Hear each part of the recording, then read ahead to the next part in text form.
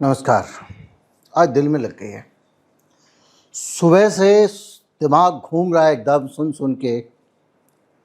भारत को नरक का छेद कर दिया डोनाल्ड ट्रंप ने। लोग सोशल मीडिया पे कह रहे हैं कि बोलो बोलो, आलोचना करो, भक्तों से करें। अरे वो क्यों आलोचना करेंगे और हम उनको क्यों बोले आलोचना करने की? हम आलोचना करना चाहिए, लेकिन मैं इसकी निंदा और आलोचना से ज़्यादा आईना दिखाना चाहता हूँ। डोनाल्ड ट्रंप, आईना देखो, अपने देश की हैसियत देखो। भारत से तुम 10 जन्म में भी मिलान करने की सोच नहीं सकते हो। मैं ये विश्व गुरु वाली तारीफ नहीं कर रहा हूँ। मैं बात कर रहा हूँ कि जिस तरह का गिरा हुआ देश अमेरिका है, वैसा तो दुनिया में कोई हो ही नहीं सकता। मैं ये भी बात नहीं कर रहा हूँ कि वो दुनिया भर में दादागिरी करता घूमता है, धंधे करता घूमता है, वसूली भाई बना हुआ है, तरह तरह से पूरी दुनिया को लूटता है। मैं बात कर रहा हूँ कि इस लूट मार के बावजूद वो अपने देश को नरक का द्वार नहीं, पूरा नरक बनाया हुआ है। आज मैं डोनाल्ड ट्रंप के, अगर मैं इस देश का प्रधानमंत्री होता तो मैंने आज डोनाल्ड ट्रंप को क्या जवाब दिया होता, वो मैं आपको बताऊंगा। हालांकि सरकार ने कहा है कि हाँ, हमने कुछ खबरें सुनी हैं और बस यहीं तक लिमिट रखना चाहते हैं अपना बयान। विदेश मंत्रालय ने कहा है कुछ खबरें पड़ी हैं, बस उनको पता चला है और उसको लेकर चुपचाप बैठे हुए हैं। 2 दिन बाद कोई एस जयशंकर से पूछेगा, वो झड़क देंगे। करना तो ये चाहिए था कि इनके राजदूत को बुलाते और आपत्ति दर्ज कराते, लेकिन राजदूत को तो हमारे सैनिक अड्डों पे लोगों को विजिट करानी होती है, सुपर वीआईपी ट्रीटमेंट देना होता है। क्या उम्मीद की जाएगी। खैर, मैं हूं गिरिजेश वशिष्ठ, आप देख रहे हैं नॉकिंग न्यूज़ का यूट्यूब चैनल। आज हम बात करेंगे अमेरिका की, कि दुनिया में वो रहने के लिहाज से क्यों सबसे खराब देशों में से एक है।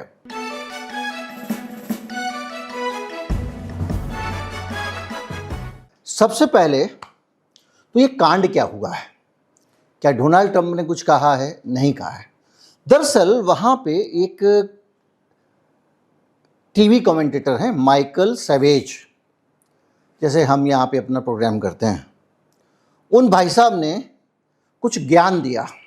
ज्ञान ये दिया कि चीन और भारत जैसे देश नरक का द्वार हैं, लोगों को खाने को नहीं मिलता। जो भी उन्होंने, उनको कहने का मतलब नरक का द्वार में सब आ गया। और ये लोग जो हैं वो लैपटॉप वाले गैंगस्टर हैं और इन्होंने अपनी गिरोहबंदी की हुई है। अमेरिका में आईटी इंडस्ट्री में सिर्फ इंडियंस ही घुस सकते हैं, चाइनीज़ घुस सकते हैं, अमेरिका वालों को घुसने नहीं देते। इन्होंने गैंग बना रखा है। यहाँ पे आते हैं, 9 महीने रहते हैं, बच्चा पैदा करके चले जाते हैं और ताकि नागरिकता मिल जाए। और अंड बंड संड भारत के लिए नफरत उन्होंने उंडेली है और इससे ज़्यादा गंदा कुछ हो नहीं सकता। ज्ञान दिया जा रहा है बर्थ राइट सिटीजनशिप पे, और ये भाई साहब अपने टीवी शो में बोल रहे हैं कि भारत के लोग जो है वो गंद मचा रखा है, अमेरिका को ये कर दिया और किसी दिन अमेरिका को अपना उपनिवेश बना लेंगे, गुलाम बना लेंगे।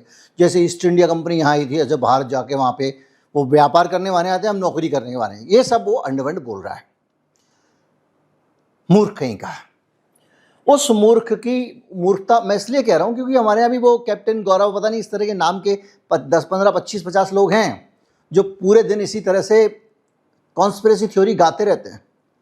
एक बार मैं चला गया, मुझे किसी ने कहा कि वे आ जाइए आप, मैं वो हिंदूवादियों का प्रोग्राम था, विश्व हिंदू समथिंग कुछ करके था इस्कॉन मंदिर में। मैं गया भैया, मैंने विवेकानंद ने क्या कहा है, उसका मर्म क्या, ये बता दिया कि विवेकानंद तो सबको साथ लेके चलते थे। अरे भाई साहब, तो एक प्रोफेसर साहब जो है, मुझे लगा इनको हार्ट अटैक ना हो जाए गुस्से से, एकदम व्हाट्सएप यूनिवर्सिटी, जानते हैं दिल्ली को चारों तरफ से घेर लिया गया वगैरह वगैरह। तो इसी तरह की एंड वंड बोलते रहते हैं लोग अपना, और दुनिया को हिलाते रहते हैं। लेकिन इस मामले में वो भी कर रहा था, तो उसको हम अहमियत क्यों दें, हम उसको गाली क्यों दें? हम उसको अहमियत इसलिए दे रहे हैं कि उसने जो कुछ अंड संड बंड बका, उसको डोनाल्ड ट्रंप ने अपने हैंडल से पहले तो उसका वीडियो पोस्ट किया, फिर उसके वीडियो में कुछ दिक्कत थी, वो चलते ही नहीं था अटक अटक के, तो डोनाल्ड ट्रंप ने उसका पूरा ट्रांसक्रिप्ट पोस्ट किया, क्योंकि डोनाल्ड ट्रंप भी चाहता है कि वहाँ पे लोगों को पैदा होने के साथ ही नागरिक होने का अधिकार ना मिले। उसने उसको पोस्ट कर दिया। अब ये तो भाई साहब भारत का अपमान है। तो अब तुम्हारी हैसियत क्या है? तुम किस लायक हो और तुम्हारे यहाँ रहना क्या नरक का द्वार है या नहीं है, इसको सुनो डोनाल्ड ट्रंप। और ये आपसे एक ऐसा व्यक्ति बोल रहा है जो खुद को प्रधानमंत्री की जगह रख के कुछ कहना चाहता है, क्योंकि प्रधानमंत्री कभी नहीं कहेंगे, सबको पता है क्यों नहीं कहेंगे। अमेरिका में आप सुनते होंगे हथियार बेचने के लिए युद्ध करा दिया, कहीं पे तेल बेचने के लिए कुछ कर दिया। अभी फिर जो रूस से जर्मनी को पाइपलाइन जाती है, उस पाइपलाइन में फिर एक खड़बंडल आ गया है, यानी रूस का तेल नहीं मिलेगा।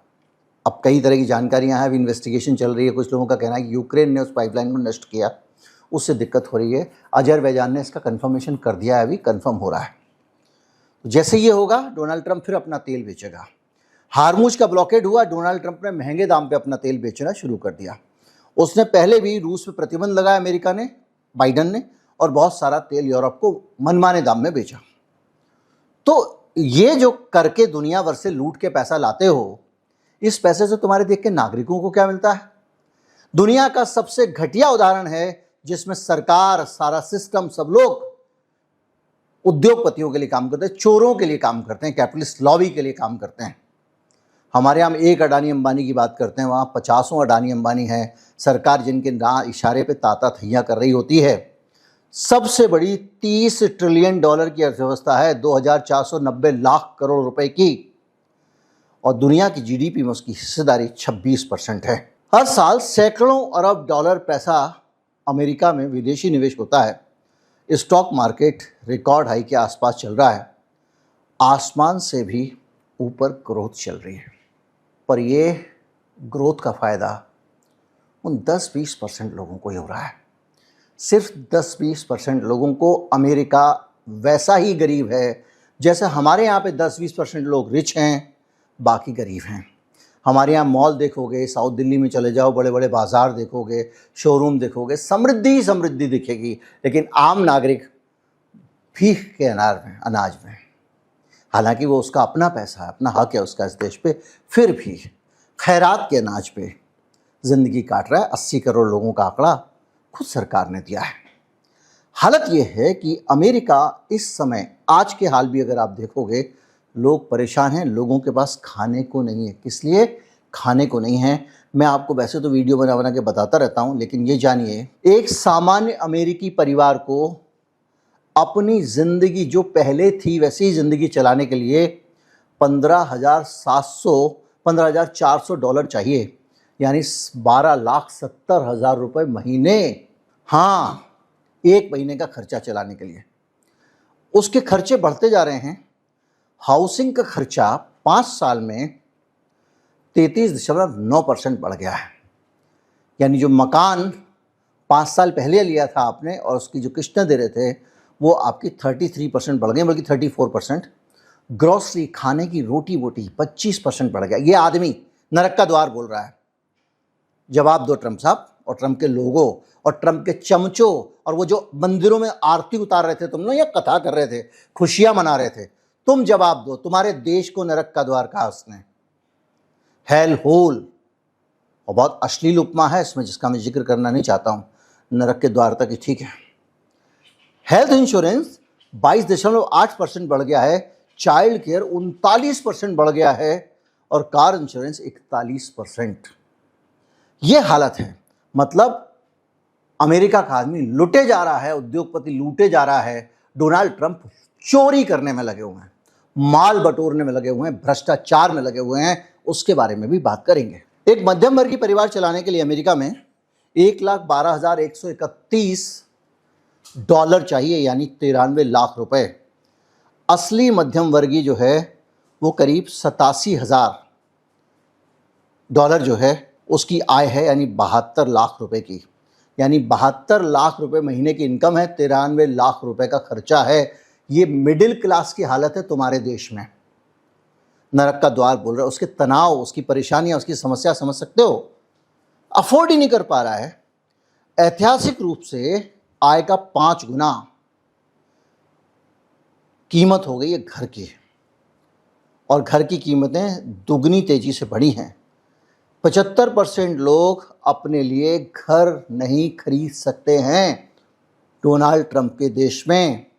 31% परिवार कॉस्ट बर्डन से परेशान हैं और 50% रेंटर्स यानी जो किराए पे मकान लेते हैं 2,26,00,000 लोग, वो 30% अपनी इनकम का किराए में ही दे देते हैं।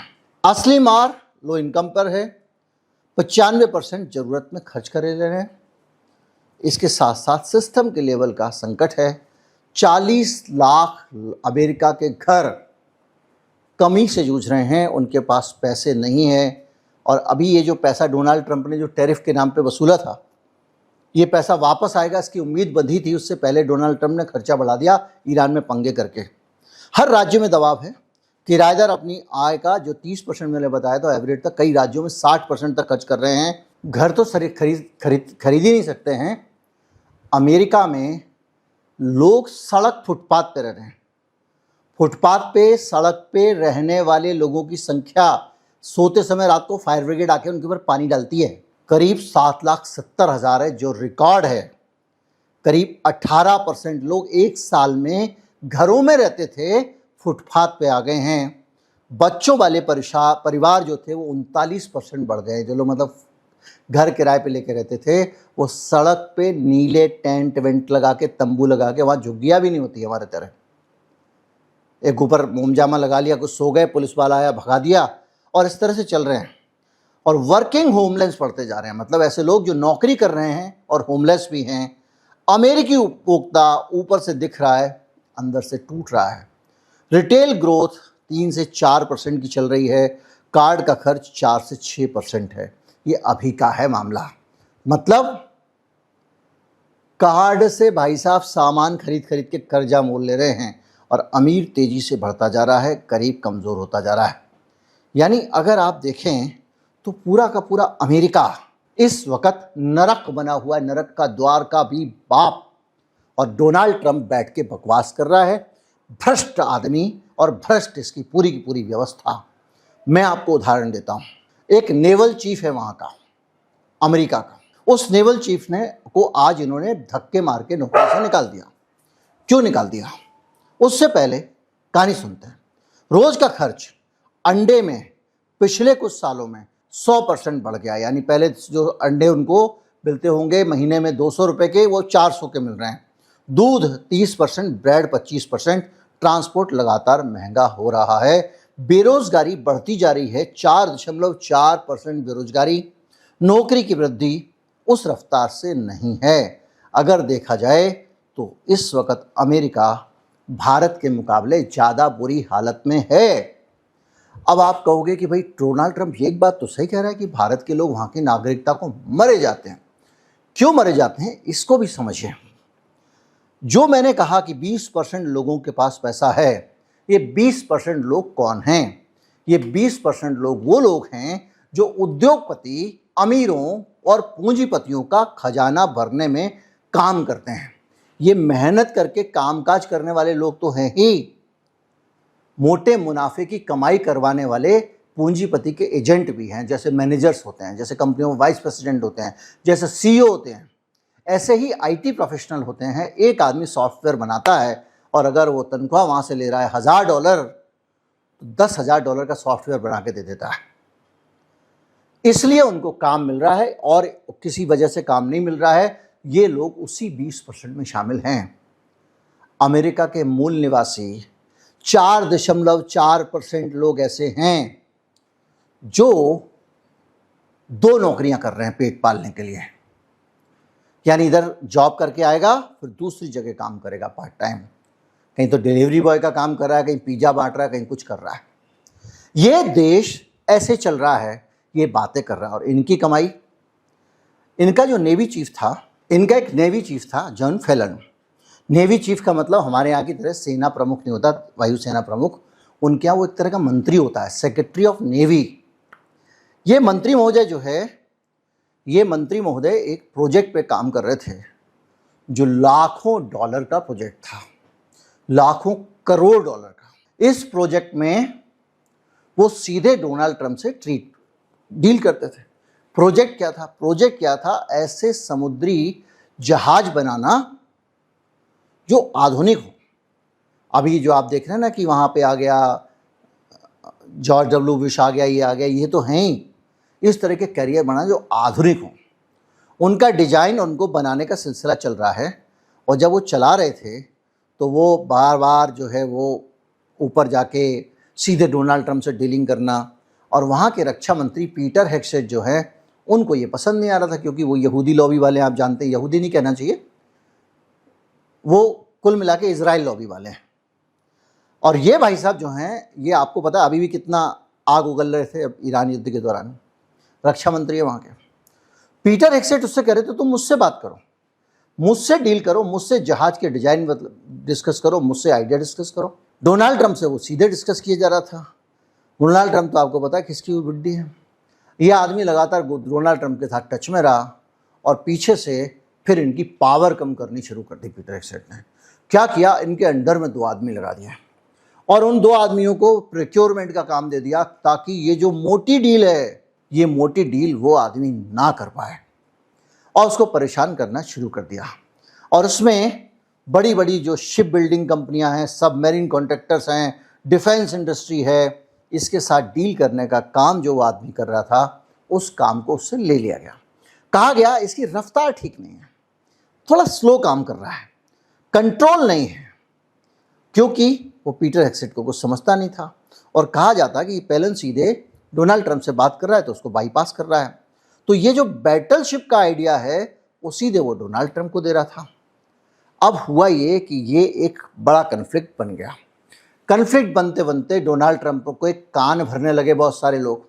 अच्छा, ये भाई साहब भी जो हैं, ये भी डोनाल्ड ट्रंप ने कहीं से लाके रख दिए थे, ये आर्मी के आदमी नहीं थे, बस पॉलिटिकल तरीके से इनको पावर दे दी गई थी। ये ट्रंप के सलाहकार होते थे, इनको ताकत दे दी गई। अभी जब इनको मोटा वाली डील मिली तो सारे लोग इसके खिलाफ पड़ गए, उसको ठिकाने लगा दिया।